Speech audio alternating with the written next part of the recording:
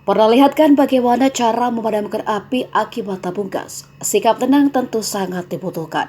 Itulah yang diperlihatkan seorang pedagang makanan di pinggir jalan ini. Tak diketahui lokasinya di mana, namun cara si penjual bersikap tenang di saat api mulai membesar dan bisa saja membakar warungnya patut diacungi jempol.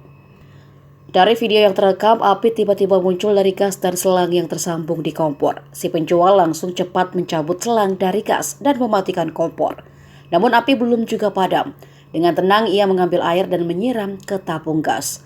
Setelah sudah bisa mengendalikan sedikit apinya, ia kemudian mengambil lap basah dan menutupi api yang masih menyala di selang gas. Saat semuanya berhasil dikendalikan, si pedagang pun tampak lega sambil berkacak pinggang.